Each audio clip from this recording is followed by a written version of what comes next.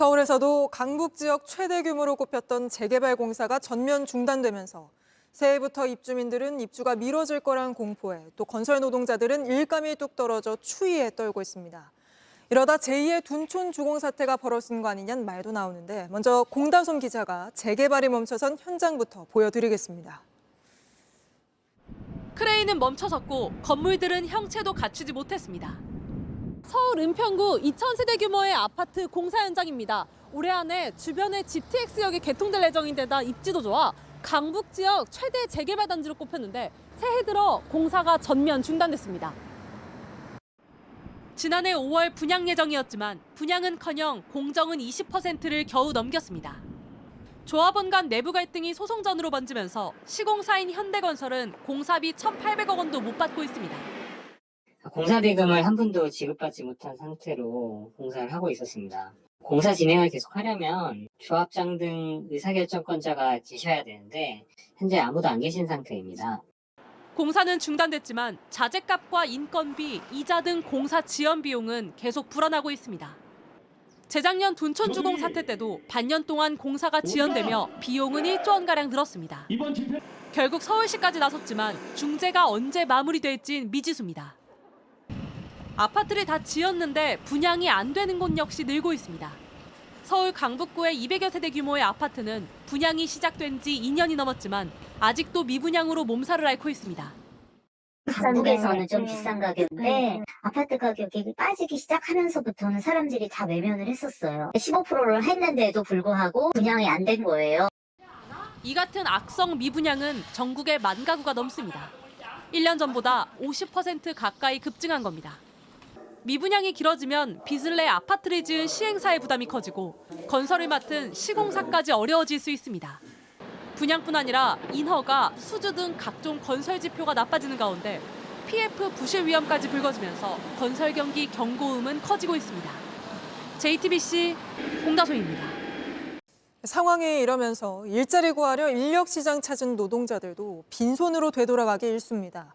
저희가 남구로역 인력 시장을 가보니 일감 구하려고 1,000여 명이나 몰렸는데 그중 절반 가까이는 그냥 돌아가야 했습니다. 임예은 기자가 취재했습니다. 지나다니는 차량 하나 없는 시간, 거리에 하나둘 사람들이 모입니다. 배낭을 맨 채 작업화를 신은 사람들은 대부분이 일용직 노동자입니다. 이른 시각이지만 연초부터 일자리를 구하기 위한 노동자들로 남구로역 일대가 가득 찼습니다.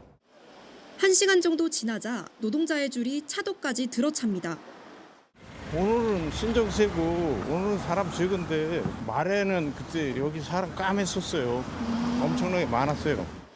하루 평균 10시간, 일당 15만 원가량을 벌기 위해 이른 새벽 나왔지만 이날 모인 1,000여 명 중 절반 가까이 일감을 구하지 못했습니다. 오늘 몇 시에 나오셨어요? 보통 4시 반이면 나와요. 근데도 일이 없었어요? 예, 못 나가요. 그 일주일에 뭐 잘 나가봐야 하루나 이틀. 요즘 일이 많이 끊겼어요. 한 달에 한 3일 정도 나갔다고 한 달에. 그 일을 나가야 힘이 안 트는 거지. 일을 나가야 내가 먹고 살 거 아니야. 인력사무소도 고용 한파를 체감합니다. 전에 이제 사람 또 데리러 다니고 전화해서 나오세요. 작년부터 그 곡선이 이제 확 떨어지기 시작했죠. 한 20% 30%는 이제 거의 이제 줄었다고 봐야죠. 근데 지금 차가 너무 한산해요. 그만큼 건설 경기가 얼어붙은 겁니다. 건설 공사 비용은 3년 만에 30% 가까이 올랐습니다. 이러자 건설 수주는 계속 줄어 올해도 내리막세입니다. 건설사들은 공사 자체를 꺼려 인력을 뽑지 않는 분위기입니다. 건설기업 경기 실사지수 역시 100을 기준으로 크게 떨어져 70 초반으로 예상됩니다. 올 한 해 악순환이 계속될 수 있다는 의미입니다. 결국 일용직 노동자들은 갈 곳이 크게 줄 수밖에 없습니다. JTBC 임예은입니다. PF 대출 부실로 워크아웃을 신청한 업계 16위 태영건설이 오늘 채권단을 상대로 설명회를 열었습니다. 관계사인 SBS 지분 매각 계획이 나올지가 채권단의 최대 관심사였지만 자고안은 담기지 않았습니다. 오원석 기자입니다. 태영건설 주 채권은행인 산업은행에 채권단들이 모여듭니다. 채권단만 600여 곳, 역대급 규모입니다.